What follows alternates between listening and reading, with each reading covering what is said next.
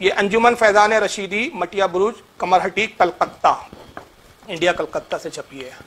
یہ ہے دیوان آسی المعروف بہ عین المعارف. کس کی لکھی ہے؟ مولانا شیخ عبدالعلیم آسی غازی پوری. ان کی ولادت 19 شعبان 1250 ہجری کو ہوئی تھی.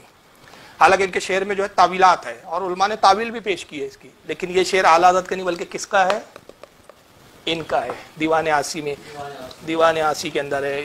اس کے اندر یہ شعر ہے. پورا انہوں نے جو ہے وہ شعر لکھا ہوا ہے. تو خیر میں پڑھتا لیکن وقت زیادہ ہو جائے گا. تو یہ دوسرا ایک انہوں نے جو ہے فریب سے کام لیا، دوسرا ایک مکر کھیلا کہ پہلے جھوٹی کتابیں گڑی گئی. تو پہلی بات تو یہ ہے کہ وہ جن صاحب کا یہ شعر ہے وہ کون ہے، وہ کس مسلک سے تعلق رکھتے ہیں، اور کیا وہ کتاب انہوں نے لکھی ہے یا نہیں. مرزا انجینئر کی ایک ویڈیو موجود ہے، اس نے بھی تقریر کے اندر یہی بات بولی کہ بریلوی مسلک کے اکابرین کا یہ شعر نہیں ہے، یہ ان کی طرف غلط منسوب کیا گیا ہے. ڈاکٹر اسرار احمد صاحب نے کسی جگہ اس شعر کو پڑھا تھا تو انہوں نے ان پر تنقید کرتے ہوئے کہا کہ جی بہت سارے لوگ یہ شعر پڑھتے ہیں لیکن یہ ان کا نہیں ہے. انہوں نے خواہ مخواہ ان کے اوپر جو ہے وہ پوچھا لگانے کی کوشش کی ہے بریلویت کا کہ جی نہیں جی یہ تو ایسا نہیں ہے. اب میں یہ ساری چیزوں کے تناظر میں رکھ کر میں چاہ رہا تھا کہ اس حوالے سے آپ حضرات کے سامنے یہ بتا دوں کہ یہ شعر کس کا ہے. یہ شعر عین المعارف میں بریلوی مسلک کے علامہ آسی صاحب تھے، بہت بڑے شاعر گزرے بریلوی مسلک کے. ان کی کتاب عین المعارف جو دیوان آسی کے نام سے بھی چھپتی رہی ہے، پاکستان سے بھی چھپی ہے اور ہندوستان سے بھی چھپی ہے. فاروق خان رضوی صاحب اس کتاب کو اٹھا کے دکھا رہے ہیں کہ یہ وہ کتاب ہے جو چھپی ہے. اور پاکستان میں مکتبہ رضویہ آرام باغ سے جو ہے غلام سرور اعظمی اور امجد علی رضوی کے خاندان کا مکتبہ ہے، اس مکتبے سے جو میمن مسجد کے سابقہ امام تھے فوت ہو گئے رضا المصطفیٰ اعظمی صاحب، ان کا مکتبہ ہے. انہوں نے اس مکتبے سے وہ کتاب چھپی ہے. سوال یہ پیدا ہوتا ہے جب یہ کتاب آپ کے مکتبے سے چھپی ہے اور اس کا مصنف آپ کے مسلک سے تعلق رکھتا ہے تو اس کتاب کے ذمہ دار آپ کیوں نہیں ہیں؟ اس کے اندر لکھے جانے والے شعر کے ذمہ دار آپ کیوں نہیں ہیں؟ سوال تو یہ پیدا ہوا. نمبر 2، آپ کہتے ہو کہ احمد رضا نے یہ شعر نہیں کہا. میرے علم میں تو نہیں ہے کہ کسی نے اس شعر کو احمد رضا کی طرف منسوب کیا ہو. ہاں احمد رضا کے عقیدے سے منسوب کیا ہو کہ اس کا عقیدہ یہ ہے تو آپ انکار کر دیں، آپ کہیں نہیں جی یہ اعلیٰ حضرت کا عقیدہ نہیں ہے. تو پھر میں آپ سے ایک اور سوال پوچھوں گا. اگر آپ کہتے ہو کہ مکی حجازی صاحب نے کہا ہے کہ اعلیٰ حضرت کا عقیدہ ہے اور یہ تو نہیں ہے، تو میں آپ سے ایک سوال پوچھوں گا کہ اگر یہ شعر کے بارے میں ہمیں یہ حکم بتایا جائے کہ کیا یہ شعر کہ یہ عقیدہ رکھنا کہ وہ جو مستوی عرش تھا خدا ہو کر، یعنی اللہ رب العزت کو مستوی عرش ہونے کا ذکر قرآن مجید میں ہے، ثم استوى علی العرش، اس طریقے سے بہت ساری آیات ہیں جو بتاتی ہیں کہ عرش پر استوا کی شان اللہ رب العزت کی ہے. یہ بات کسی سے بھی ڈھکی چھپی نہیں ہے، اس پہ کسی سے پوشیدہ بھی نہیں ہے کہ استوا علی العرش اللہ رب العزت کی شان ہے، اللہ کے سوا کسی کی بھی شان نہیں ہے یہ. اب سوال یہ پیدا ہوتا ہے کہ آپ جو کہتے ہو کہ وہی جو مستوی عرش تھا خدا ہو کر وہ مدینے میں اترا مصطفیٰ ہو کر، تو آپ دنیا کو یہ پیغام دے رہے ہیں کہ عرش پر مستوی ذات اللہ رب العزت کی تھی اور جو مدینے میں نبی پاک صلی اللہ علیہ وسلم آئے ہیں یہ وہی ہیں جو پہلے عرش پر مستوی تھے. گویا آپ کے عقیدے سے ایک بات تو یہ پتہ چلی کہ آپ نبی پاک صلی اللہ علیہ وسلم کے بارے میں یہ عقیدہ رکھتے ہیں کہ یہ وہی عین ذات ہے رب تعالیٰ کی جو پہلے عرش پہ خدا تھا، نیچے آ کر مصطفیٰ ہو گیا. یہ آپ کے عقیدے کے مطابق. نمبر 2 یہ ہے، اس میں آپ نے کہا کہ شاعر یہ کہنا چاہ رہا ہے، جس شاعر کی شاعری ہے آپ اس شاعری کو خود دیکھیں تو آپ کو یہ بات پتہ چلے گی کہ وہ اللہ اور نبی کو ایک ہی قرار دے رہا ہے، اور یہ آپ کے عقیدے کے خلاف نہیں ہے. کیونکہ طاہر القادری کا بیان ہے، وہ اپنے بیان میں کہتا ہے ہک کے جڑا ہی ہک کو نو آ کے کافر تھے مشرک کے. وہ طاہر القادری خود کہتا ہے کہ اللہ اور رسول ایک ہی ہیں، وہ دو نہیں ہیں. نمبر 3، احمد رضا خان کی کتاب ہدایت بخشش جس کو آپ اٹھا کے پڑھ رہے ہو، علی نواز صاحب نے اسی وزن کے قافیے کی شاعری اٹھا کے سنائی اور جناب اور لوگوں نے صرف کتاب دکھائی کہ جی اس کتاب میں تو نہیں ہے. اسی احمد رضا خان کی ہدایت بخشش کے اندر یہ شعر موجود ہے کہ جنم کے بچھڑے گلے ملے تھے، کہ وصل و فرقت جنم کے بچھڑے گلے ملے تھے. نبی پاک صلی اللہ علیہ وسلم جب آسمان پر گئے آپ کی معراج ہوئی، احمد رضا اس معراج کا نقشہ کھینچتے ہوئے کہتا ہے کہ وصل فرقت جنم کے بچھڑے گلے ملے تھے. وہ کہتا ہے کہ جناب نعوذ باللہ ثم نعوذ باللہ، اس شعر کا جو مطلب اور مفہوم ہے وہ کیا کہ جنم کے بچھڑے کس کو کہا جاتا ہے کہ جو پیدا ہوتے ہی 2 بھائی آپس میں بچھڑ گئے تھے، تو نعوذ باللہ اس طور پر احمد رضا کا یہ شعر بتا رہا ہے. اس پر کوئی اور مطلب اس کا بیان کرنے کی آپ کو بھی ضرورت نہیں ہے، اور ہمارے پاس بھی آپ کے مطلب بیان کرنے کا ٹائم نہیں، کیونکہ آپ نے کبھی بھی اپنے مخالف کا کوئی عبارت کا مطلب نہیں مانا. یہ آپ کا اصول ہے، اور میں آپ کے اصولوں سے جواب دیتا ہوں. میری سابقہ ویڈیوز اور میری آج کی ویڈیو اور اس کے بعد کی ویڈیو میں ہمیشہ آپ کے اصولوں کو مد نظر رکھا جاتا ہے کہ جن اصولوں کی بنیاد پر آپ اکابرین علماء اہل سنت والجماعت کو کافر و مرتد کہتے ہیں، میں ان اصولوں کی بنیاد پہ کہتا ہوں آپ اپنی ان عبارتوں کا دفاع کر کے بتائیں کہ احمد رضا خان نعوذ باللہ یہ کہہ رہا ہے کہ وصل و فرقت جنم کے بچھڑے گلے ملے تھے.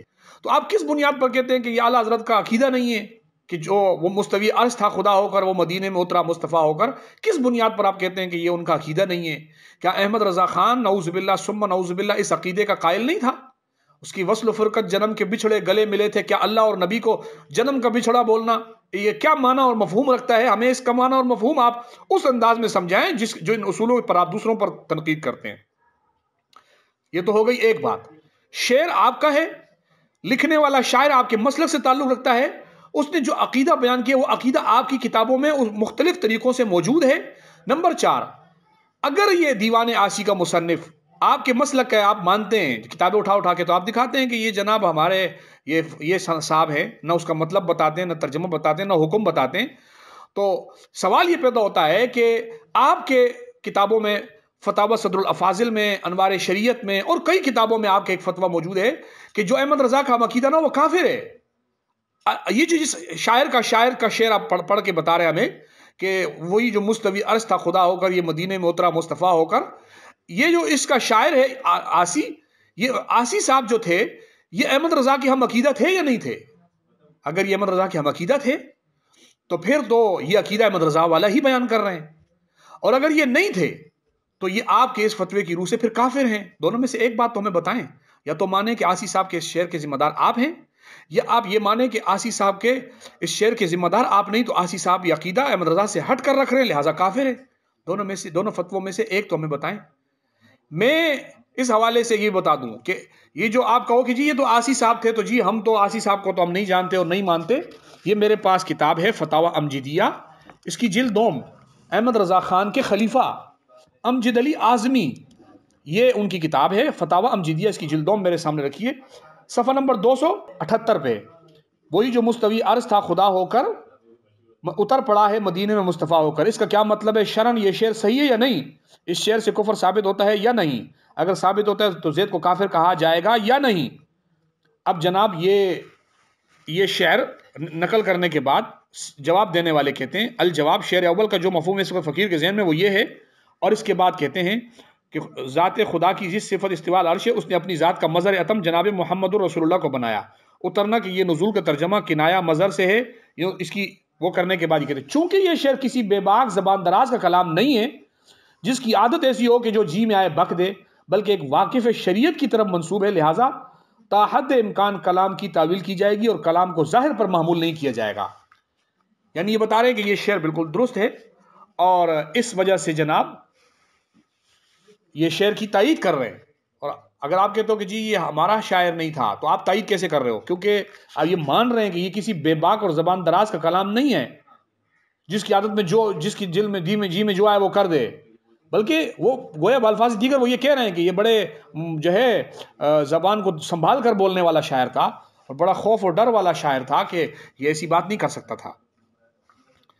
اب سوال یہ پیدا ہوتا ہے جب یہ شعر آپ کی کتاب میں دیوان عاصی میں موجود ہے اور اس کی تائید آپ کی فتاوی امجدیہ میں موجود ہے، تو اب آپ کس بنیاد پر یہ کہہ سکتے ہیں کہ یہ شعر آپ کا نہیں ہے، یہ احمد رضا کا عقیدہ نہیں ہے، اور اس شعر کا شاعر جو ہے آپ کے مسلک سے تعلق رکھتا ہے؟ ہمیں اس کا جواب بھی دے دیں.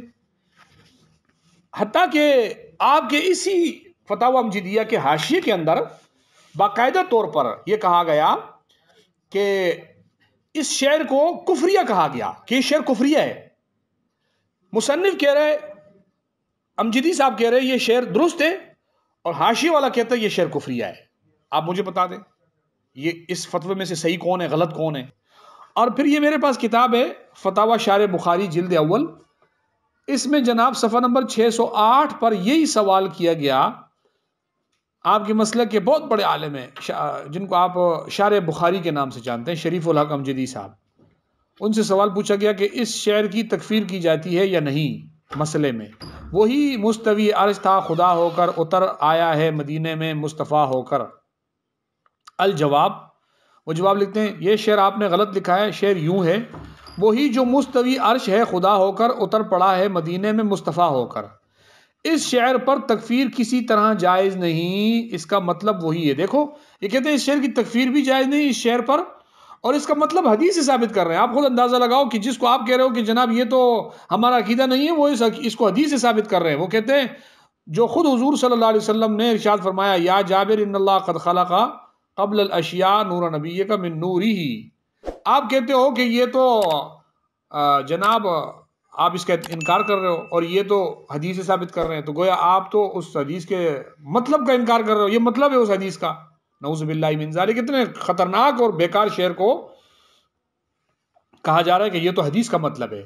یعنی کیوں کہ اس کی وجہ یہ کہ شعر آپ کے لوگوں نے لکھا ہے، لہٰذا اب یہ جتنا بھی غلط ہوگا آپ نے اس کو غلط نہیں ماننا ہے. بس یہ آپ کی ضد ہوگی کیونکہ شعر جو آپ کے بندوں نے لکھا ہوا ہے. اور احمد رضا خان کے بارے میں فیضان اعلیٰ حضرت اور حیات اعلیٰ حضرت میں لکھا ہے کہ اعلیٰ حضرت کی قریب کی نگاہ کمزور تھی، دور کی تیز تھی. تو حضرت کو ویسے ہی قریب والے گستاخ تو نظر ہی نہیں آتے تھے، ان کو دور نظر آتے تھے. لکھا ہوا ہے شوٹ سائڈ نگاہ تھی. پھر آگے ترجمہ لکھا ہے کہ اس کا مطلب یہ کہ قریب کی نگاہ حضرت کی کمزور تھی، دور کی ٹھیک تھی، اس لیے وہ قریب کے گستاخوں کو دیکھ ہی نہیں پاتے تھے. انہوں نے دور کے گستاخ جس کو نعوذ باللہ بول دیا گستاخ، بس ان کو وہی لگ گیا، قریب کا ان کو کبھی نظر نہیں آیا. تو وہ کیسے کہیں گے کہ بھئی ہمارا بھی کوئی گستاخ ہے؟ تو یہ تو آپ کا قصور بیچاروں کا آپ کے اندر یہ شروع سے رہا ہے نا. جیسے آپ بھی لوگوں کے اندر عیب ڈھونڈ ڈھونڈ کے اس کو بیان کرتے ہیں، تو کبھی اعلیٰ حضرت کا یہ والا عیب اس پہ غور کرو تو آپ کو خود انداز ہو جائے گا. اسی طریقے سے یہ آپ کے احمد رضا خان کے جو پڑپوتے اختر رضا خان صاحب، ازہری قادری مصباحی اختر رضا قادری صاحب، ان کی کتاب فتاوی تاج الشریعہ، اس کے صفحہ نمبر جلد اول صفحہ 169 پر یہی سوال ہوا کیا حکم شرع ہے مندرجہ ذیل شعر کے بارے میں بیان فرمائیے. وہی جو مستوی عرش خدا ہو کر اتر پڑا ہے مدینے میں مصطفیٰ ہو کر. تو وہ جواب میں وہ سوال میں پوچھ رہے ہیں کہ اگر یہ شعر خلاف شرع ہے تو پڑھنے اور سننے والوں کا کیا حکم ہے؟ الجواب، وہ کہتے ہیں اس شعر کا ظاہر حلول و اتحاد و عینیت خالق و مخلوق ہے. یہ بلا شبہ کفر ہے. جس نے بھی ظاہری معنی اعتقاد کیے شعر پڑھنے یا سننے والا بے شک کافر ہے. آگے ظاہری معنی میں کفر ہے، لیکن چونکہ لکھنے والا اپنا ہے نا تو اس کو بھی تو رستہ فراہم کرنا ہے نا، چور گلی بھی دینی ہے اس کو. اب اس کو آگے چور گلی کیا دی کہ جی پڑھنے سننے والا تو بے شک کافر ہے، توبہ اور تجدید ایمان فرض ہے، اور بیوی والوں پر نکاح تجدید نکاح بھی ضروری ہے. اگر اس معنی کا اعتقاد نہ کیا تو تکفیر نہیں. البتہ عوام کے سامنے ایسے اشعار پڑھنا سخت حرام ہے کہ بدخواہی عوام ہے. اور یہ شعر ایک تعویل صحیح رکھتا ہے، صحیح تعویل بھی ہے اس شعر کی، اور قائل اس کا ایک مرد حق آگاہ ہے جس سے غلبہ و شوق و استغراق میں یہ شعر نکلا ہے، لہٰذا اس کی تکفیر کی طرف راہ نہیں ہے. لکھنے والا چونکہ ان کے اپنے مسلک کا ہے اور لکھا اس نے جناب بڑے غلبہ شوق سے لکھ لیا، بڑے استغراق میں لکھ لیا، لہٰذا اس کی تکفیر صحیح نہیں ہے. یعنی آپ کے نزدیک یہ اصول آپ نے بنایا کہ اگر کوئی شخص ظاہری طور پر شرکیہ جملہ بولے یا کفریہ بولے، لیکن وہ لکھنے والا بڑا مرد حق آگاہ ہو، وہ بھی آپ کے مسلک کا، تو پھر آپ کو فوراً تعویلیں بھی سوچ جاتی ہیں اور یہ بھی سوچ جاتا ہے کہ جناب یہ تو غلبہ شوق میں بول رہا ہے، لہٰذا یہ تو اس کی تکفیر جائز نہیں ہے. یہ ہے آپ کا دوہرا معیار. اور میں نے جیسے بتایا کہ اس کی ساری بنیادی وجہ یہی ہے کہ آپ کے بانی مسلک رضائیہ فاضل بریلوی کے دور کی نگاہ جو ہے وہ کمزور تھی. یہ تو میں نے آپ کو بتا دیا. اب یہ علی نواز صاحب جو ہے نا، اس میں انہوں نے ایک بات بولی مولانا مکی حجازی صاحب کو، کہا کہ مکی حجازی صاحب جو ہے یہ شعر انہوں نے احمد رضا کی طرف منسوب کیا، اور یہ کرتے کرتے آگے کہا کہ اصل میں یہ وہی لوگ تو ہیں جو نعتیں پڑھنے کو گانے پڑھنا بولتے ہیں، اور جناب یہ وہی لوگ ہیں جناب جو ہے نا یہ، یعنی جو کام وہاں کے نجدی اور وہاں کے دوسرے لوگ کرتے ہیں اس کو مولانا مکی حجازی پہ ڈال دیا. اس بات پر ان کو کوئی اعتراض نہیں ہے کہ ہم ایک اور کے کیے ہوئے کام کو مولانا مکی کے اوپر ڈال رہے ہیں، یہ ان کو اس پر اعتراض نہیں ہوا. لیکن اگر مولانا مکی نے اگر کہہ بھی دیا ہوتا کہ یہ شعر احمد رضا کا ہے تو آپ کو اس پر تو تکلیف ہو رہی ہے کہ یہ احمد رضا کا کیوں بول دیا، لیکن آپ کو یہ سمجھ میں نہیں آ رہا کہ آپ کیا کر رہے ہو. وہاں مکہ میں کسی کے بھی کیے ہوئے کام کو آپ ڈال رہے ہو مکی حجازی صاحب کے اوپر. یہ آپ کو صاف پتہ بھی ہے کہ ہمارے نہ اہل سنت والجماعت علماء دیوبند میں سے کسی نے کہا ہے یہ نعتوں کو گانا، اور نہ مولانا مکی حجازی صاحب نے کہا ہے. آپ نے کہا جی وہاں لال رومال والا ایسے کرتا ہے، تو لال رومال والے کے کیے کرتے کو آپ نے حضرت پہ ڈال دیا. تو اور اعتراض کیا ہے کہ جی آپ جو ہے نا وہ اس شعر کو ہمارے اعلیٰ حضرت پہ ڈالتے ہو. تو یہ شعر اعتراض تو آپ تب کرتے جب آپ کے اندر یہ حرکت ہی نہ ہوتی، پھر آپ بولتے. علی نواز صاحب جو ہے آگے کہنے لگے کہ جی دیکھو آپ لوگ وہاں روزے رسول کو چومنے کی اجازت نہیں دیتے، جی اس کے ہاتھ لگانے کی اجازت نہیں دیتے. میں حضرت صاحب سے پوچھوں گا کہ یہ کون نہیں دیتا اجازت؟ مکی اجازی صاحب نے لوگوں کو وہاں روکا ہوا ہے کہ آپ نے روزے کو نہیں چومنا، روزے کو ہاتھ نہیں لگانا. یہ وہاں کی حکومت نے کی ہے، وہاں کی حکومت کے کام آپ مکی اجازی صاحب پہ ڈال رہے ہیں. یہ تو کوئی بات ہی نہیں ہے نا، حکومتوں کے کاموں کو ڈال دینا. پاکستان کی حکومت ہے، یہاں کے کام آپ اٹھا کے کسی جو ہے وہ دارالعلوم جدیہ پہ ڈال دو یا جناب جامعہ نعیمیہ پہ ڈال دو تو آپ کہو گے جی یہ ان کو ہم پہ کیوں ڈال رہے ہیں. آپ نے وہاں کی حکومت یا حکومت کے کسی فرد کے کیے ہوئے کام کو آپ اٹھا کے مکی اجازی صاحب پہ ڈال رہے ہیں کہ جی یہ منع کرتے ہیں. انہوں نے آج تک کس کو منع کیا ہے؟ ایک بات اگر منع بھی کیا ہوگا تو اس کی کوئی شرعی وجہ پوچھیں نا. میں بتاتا ہوں کس نے منع کیا ہے. احمد رضا خان نے اپنی کتاب الزبدۃ الزکیہ جو حرمت سجدہ تعظیمی کے نام سے چھپی ہے، اس میں لکھا ہوا ہے کہ جناب روزہ رسول کو چومنا نہیں چاہیے، نہیں چومنا چاہیے. اور باقاعدہ احمد رضا کا فتاوی رضویہ میں فتویٰ موجود ہے کہ روزہ رسول کے سے دور ہو کے کھڑا ہونا چاہیے. آپ کہتے ہو کہ یہ ہم روک رہے ہیں، ہم نہیں روک رہے، آپ کو آپ کے اعلیٰ حضرت روک رہے ہیں، آپ ان سے جا کے پوچھیں. یہ اور بات ہے کہ آپ کے اعلیٰ حضرت جس کام سے روکتے تھے اس کام سے نہ آپ روکتے تھے نہ ان کا مقصد روکنا ہوتا تھا. فتاوی رضویہ میں انہوں نے لکھ دیا کہ کھانا سامنے رکھ کر فاتحہ پڑھنا بیکار بات ہے، لیکن خود حیات حضرت میں لکھا ہوا ہے کہ اعلیٰ حضرت سامنے حلوہ رکھ کے فاتحہ پڑھتے تھے. تو یہ اور بات ہے کہ روکتے بھی تھے اور کر کے دکھا کے پھر اس کو جائز بھی کر دیتے تھے. یہ تھی حرکت. لیکن آپ وہاں ایک تو آپ نے غلطی یہ کی کہ حکومت کے کام کو آپ نے مولانا پہ ڈال دیا، ایک کسی لال رومال والے کے کام کو اٹھا کے آپ نے مولانا مکی اجازی صاحب پہ ڈال دیا. یہ دو کام آپ نے غلط کیے.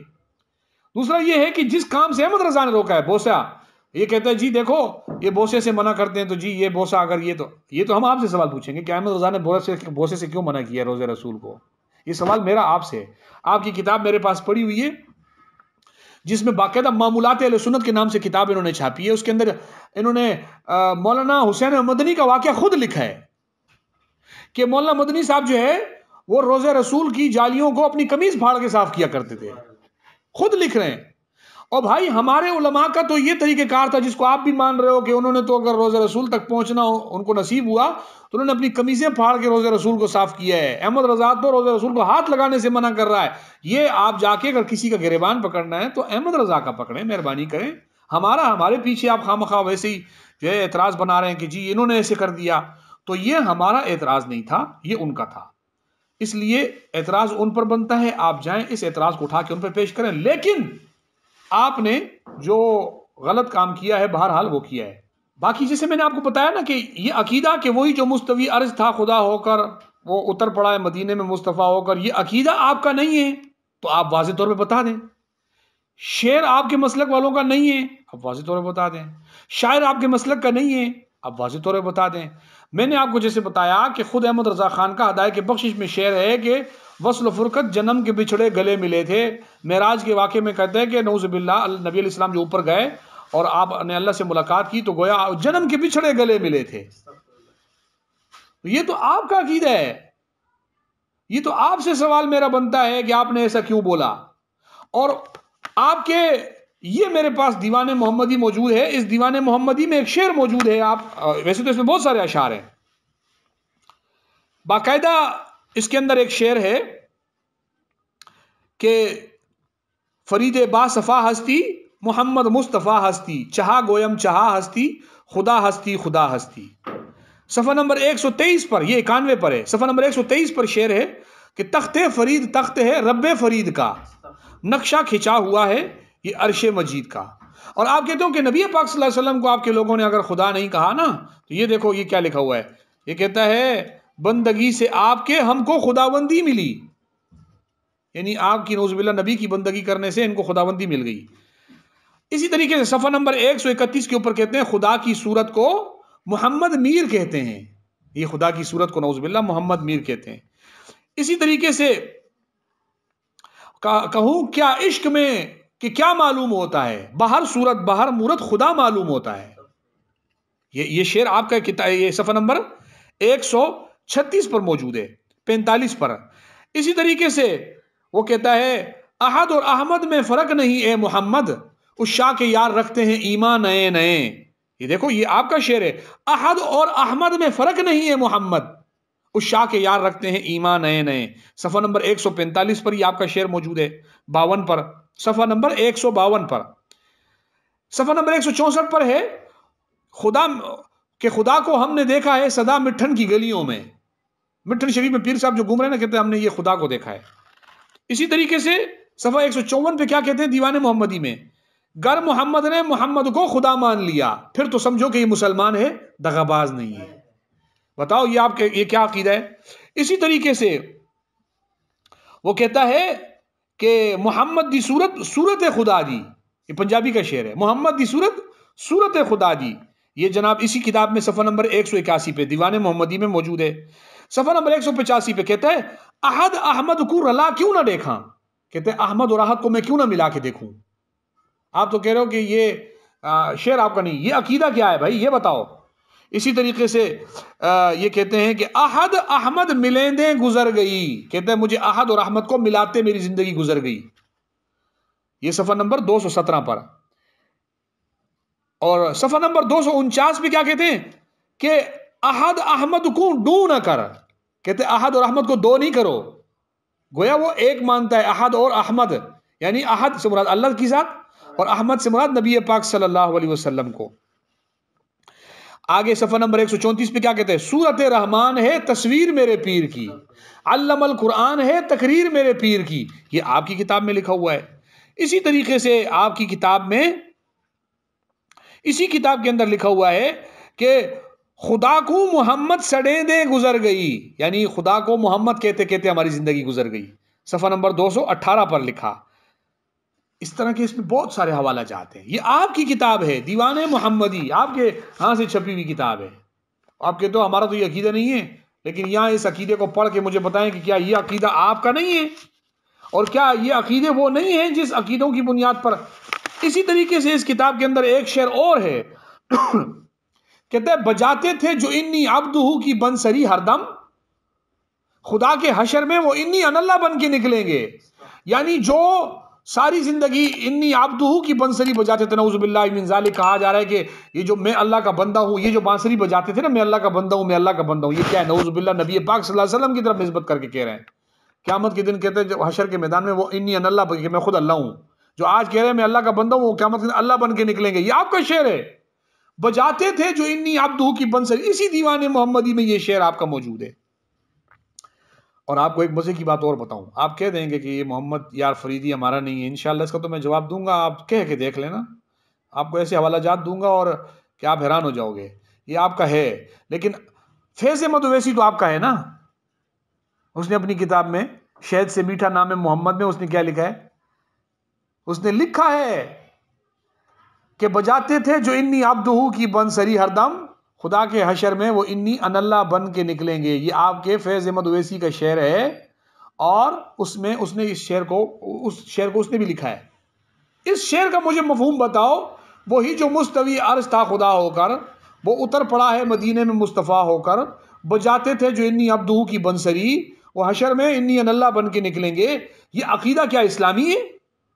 یہ توحید کا نظریہ ہے کہ یہ عقیدہ رکھنا کہ نعوذ باللہ جو نبی پاک صلی اللہ علیہ وسلم دنیا میں خود کو انی عبدو کہتے تھے، وہ حشر کے میدان میں یہ کہتے ہوئے آئیں گے کہ انی ان اللہ، میں اللہ ہوں، بے شک میں ہی اللہ ہوں، یہ کہتے ہوئے آئیں گے. کیا یہ عقیدہ اسلامی ہے؟ کیا یہ عقیدے کا کوئی اسلام میں ثبوت ہے؟ میں نے پچھلی ویڈیو میں بتایا تھا کہ آپ لوگ توحید کو تو سرے سے مانتے نہیں ہیں. آپ عقیدہ توحید کو یہودیانہ سازش اور جناب اس طریقے سے وہابیوں کی ایجاد اور یہ اور وہ آپ نے کہا ہے، لیکن یہ عقیدہ کی بنیاد پر ہم آپ کو کیا کہیں؟ کیا اس عقیدوں کے بعد بھی گنجائش ہے آپ کے حوالے سے؟ کھل کر آپ میدان میں آئیں اور لوگوں کو ان کے بارے میں بتائیں کہ یہ کیا آپ کے بڑے کہہ کے چلے گئے. اور انشاءاللہ آپ اس کا دفاع کریں گے تو پھر اس کے بعد ہم بھی آپ کو جواب دیں گے کہ آپ کس طرح دفاع کرتے ہیں. آپ کے پاس ان کی دفاع کے لیے کچھ بھی نہیں ہے. اسی لیے فاروق رضوی صاحب، علی نواز صاحب، جو آپ بیٹھ کر اپنے ایک شعر کے بارے میں کہتے ہیں کہ یہ احمد رضا کا نہیں ہے، تو آپ صرف احمد رضا کو پاک صاف نہ کریں. آپ یہ بتائیں کیا یہ آپ کے عقیدے آپ کی کتابوں میں موجود نہیں ہے؟ اور کیا آپ کی کتابوں میں یہ نہیں لکھا ہوا کہ جو احمد رضا کا ہم عقیدہ نہ ہو وہ کافر ہے؟ تو پھر یہ اس بنیاد پر یا تو احمد رضا کے یہ ہم عقیدہ لوگ تھے اس لیے مسلمان تھے، مانو، اور جب یہ احمد رضا کے ہم عقیدہ تھے تو پھر احمد رضا کا عقیدہ بھی یہی ہوگا. اور اگر یہ کافر ہیں تو آپ کھل کے بتا دو یہ کافر ہیں، تاکہ ہم بول دیں یہ تو کافروں والا عقیدہ احمد رضا کا نہیں ہے، یہ بول دو.